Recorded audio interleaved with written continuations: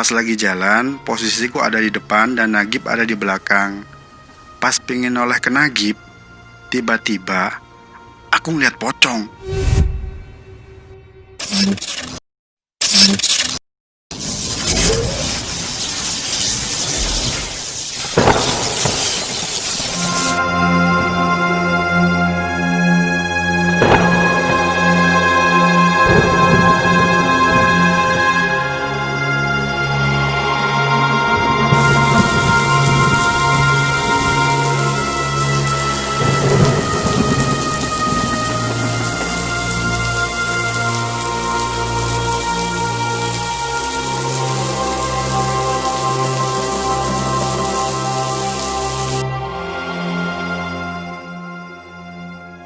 Assalamualaikum warahmatullahi wabarakatuh. Selamat malam semuanya, dan selamat siang juga untuk kalian pendengar cerita horor siang-siang. Halo semua, kembali bersama saya Indra di Lepas Tengah Malam, sebuah channel yang membahas serta menceritakan kejadian mistis dan cerita horor yang berdasarkan cerita nyata. Bagaimana kabar kalian semua? Semoga selalu sehat ya, dan diberikan rezeki yang lapang. Pada episode Lepas Tengah Malam kali ini menceritakan tentang cerita pendakian horor yang dialami oleh Mas Adan Kais. Seperti apa ceritanya? Langsung disimak aja ya. Tapi nggak lupa ngingetin buat kalian yang belum subscribe channel ini, langsung aja tekan tombol subscribe-nya, karena Lepas Tengah Malam bakal terus ngebagiin cerita-cerita horor yang pasti seru. Nyalakan juga loncengnya agar nggak ketinggalan cerita-cerita menarik lainnya. Yuk, tanpa berlama-lama lagi, langsung aja kita simak. Selamat mendengarkan.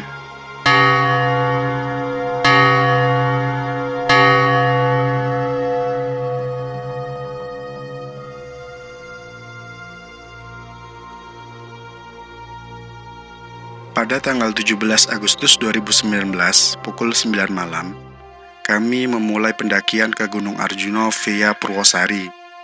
Beranggotakan 3 orang, Fakri, Nagib, dan saya sendiri.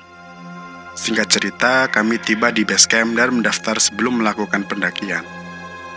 Setelah mendaftar, kami briefing dengan petugas yang intinya menekankan pada keselamatan saat mendaki.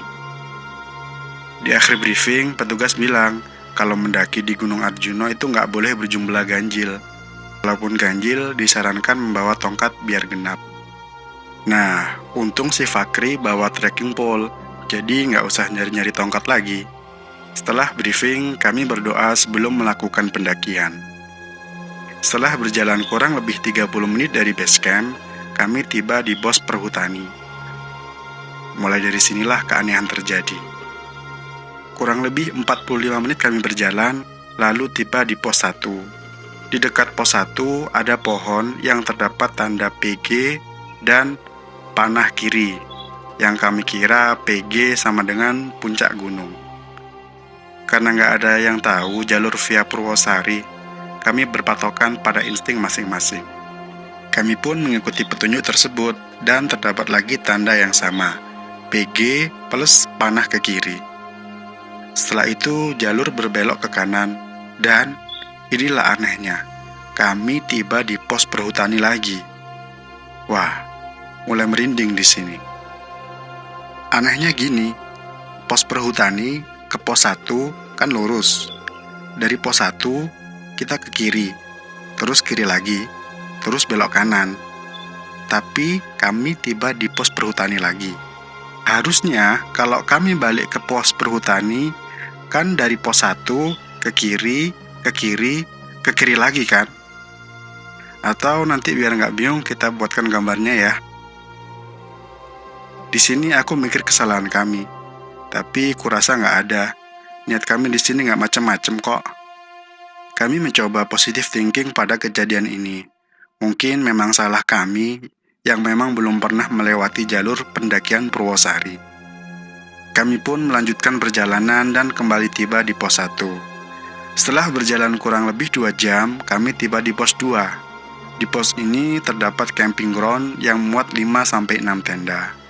Di sini aku nyaranin buat bangun tenda, terus istirahat dan makan. Capek tadi salah jalur. Setelah ngeluarin tenda dari tasnya si Fakri, kami mulai mendirikan tenda. Dan apes lagi. Bagian pintu tenda ada yang kena bakar. Bukan cuma satu, tapi 6 lubang lumayan besar. Lah, perasaan tadi api unggunnya kan gak ada tanda-tanda masih hidup. Sejenak kami melupakan kejadian ini. Dan setelah tenda jadi, kami masak mie dan goreng telur. Makanan siap, kami makan sambil bercerita keanehan dari awal pendakian. Bukannya cerita pas pulang, malah cerita pas ngedaki. Haha, jangan ditiru ya. Diawali si Fakri yang ngomong, gimana nih? Balik atau lanjut? Kita dari awal udah di-prank loh. Pertama dibikin muter, kedua tenda bolong kena bakar. Terus si Fakri juga cerita kalau dia ngelihat sekelebat bayangan putih lewat di depannya. Di sini kami mikir mau lanjut atau balik. Terus aku bilang, lanjut aja, nanggung. Niat kita kesini kan gak macem-macem. Dan semua setuju tanpa ada paksaan. Tak lama kemudian kami pun tidur. Keesokan harinya, kami melanjutkan perjalanan menuju pos 5 camping ground sekaligus sumber mata air terakhir. Dari pos 2 ke pos 3 itu butuh waktu 1 jam. Dari pos 3 ke pos 4 itu butuh waktu kurang lebih 1,5 jam. Dan dari pos 4 ke pos 5 kurang lebih sekitar 30 menit lah. Akhirnya kami tiba di pos 5 sekitar jam 4 sore. Karena bangun kesiangan di pos 2 dan jalannya pun santai banget, ditambah ngopi sama pendaki lain di pos 4. Di pos 5, kami mendirikan tenda dan memutuskan untuk bermalam dan pendakian dilanjutkan esok hari. Keesokan harinya, sekitar pukul 9 pagi, kami melanjutkan pendakian dari pos 5 menuju puncak. Perlengkapan yang kami bawa hanya yang penting, HP, senter, air, logistik, dan lain-lain. Jarak tempuh dari pos 5 menuju puncak kurang lebih 8 jam. Rinciannya, pos 5 ke pos 6 sekitar 15 menit. Pos 6 ke pos 7 sekitar 45 menit. Singkat cerita, kami tiba di pos 7. Di sini kami istirahat sambil ngopi dan cerita-cerita. 1 jam lebih kami beristirahat, lalu kami melanjutkan perjalanan lagi. Perjalanan menuju puncak sangat menguras energi. Jalurnya menanjak dan landainya cuma sedikit. Sekitar jam 2 siang, puncak mulai kelihatan. Di sini kami bertemu rombongan dari Jasa Marga, kurang lebih anggotanya 10 orang. Lalu kami istirahat sejenak, ngopi sambil bikin api unggun. Dingin banget soalnya. Di sini Fakri bilang kalau dia nggak ikut ke puncak, dia mau nunggu aja. Akhirnya aku sama Nagib yang muncak. Terus aku pinjem HP si Fakri buat foto-foto. Soalnya HP-nya paling bagus. Sekitar pukul 3 sore, aku sama Nagib muncak. Kurang lebih 45 menit kita sampai puncak. Ya, seperti biasa, kita mengabadikan momen di puncak. Di puncak Gunung Arjuno, kita cuma 20 menitan. Soalnya kepikiran si Fakri. Anginnya juga kenceng banget di puncak. Terus aku sama Nagib turun dan sampai di tempat Fakri istirahat sekitar jam 4:30. Setelah sampai di tempat, ternyata Fakri nggak ada. Kucari di sekitar situ. Kukira dia nyari kayu buat api unggun, tapi nggak ada. Aku panggil-panggil juga nggak ketemu. Sampai akhirnya rombongan dari Jasa Marga yang nggak ikut muncak bilang kalau Fakri udah turun sekitar jam 4. Masalahnya, Fakri ini cuma bawa korek sama rokok tinggal sebatang. Senter dan HP-nya ada di aku sama Nagib. Terus aku sama Nagib turun, niat mau nyusul Fakri. Rasa capek hilang berganti rasa cemas sama si Fakri. Sore berganti malam, tapi pos 7 masih jauh. Wah, makin kepikiran sama Fakri. Sendirian, di hutan, cuma model korek. Terus aku dengar suara Fakri manggil. Terus aku panggil juga, Kri. Tapi nggak dijawab. Mungkin halusinasi, pikirku. Di perjalanan turun, aku kasihan sama si Nagib yang beberapa kali tergelincir karena sepatu yang dipakai memang bukan sepatu gunung, tapi sepatu basket. Wajarlah, kami mendaki dadakan kok.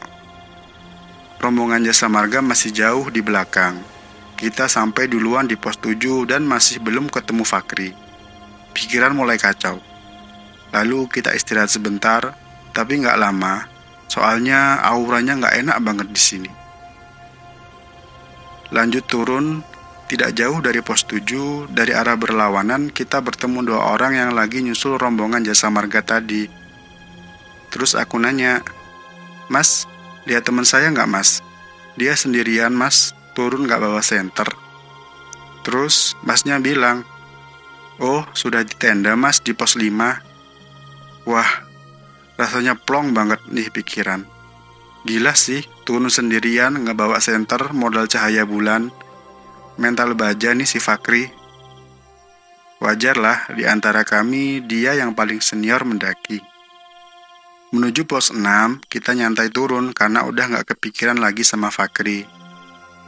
Pas lagi jalan, posisiku ada di depan dan Nagib ada di belakang. Pas pingin noleh ke Nagib, tiba-tiba aku ngeliat pocong. Di belakang pohon lagi nengok ke arahku. Mukanya hitam banget.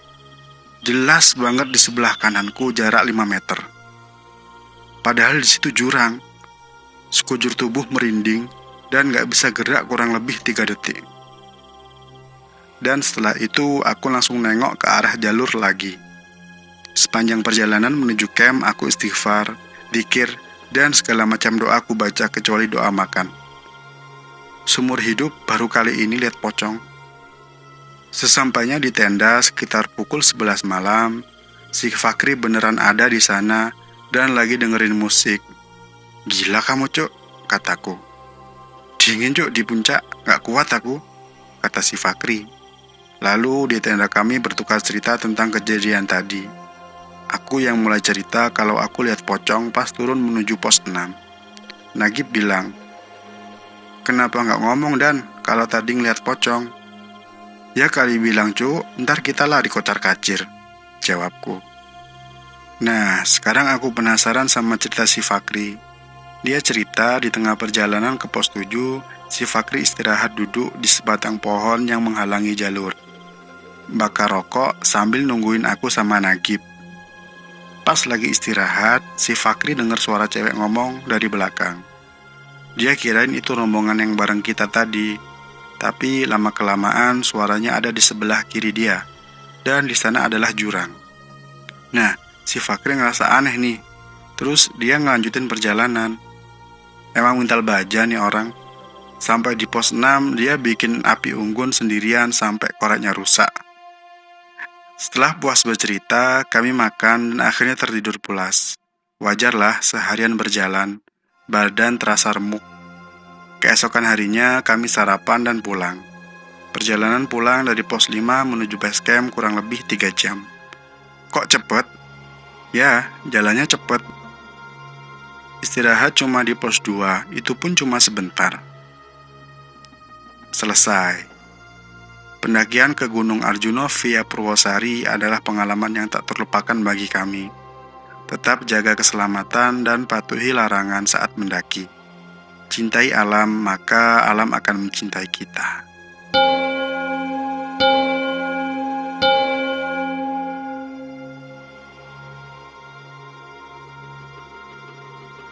Terima kasih Mas Adan Kais yang sudah mengizinkan ceritanya untuk di-sharing di Lepas Tengah Malam. Dan saya ucapkan terima kasih juga untuk kalian semua yang selalu setia mendengarkan podcast Lepas Tengah Malam. Untuk kalian yang punya cerita-cerita horor atau kisah mistis lainnya dan ingin berbagi di sini, bisa share via email ke lepastengahmalam@gmail.com. Demikian. Selalu jaga kesehatan. Terima kasih. Assalamualaikum warahmatullahi wabarakatuh.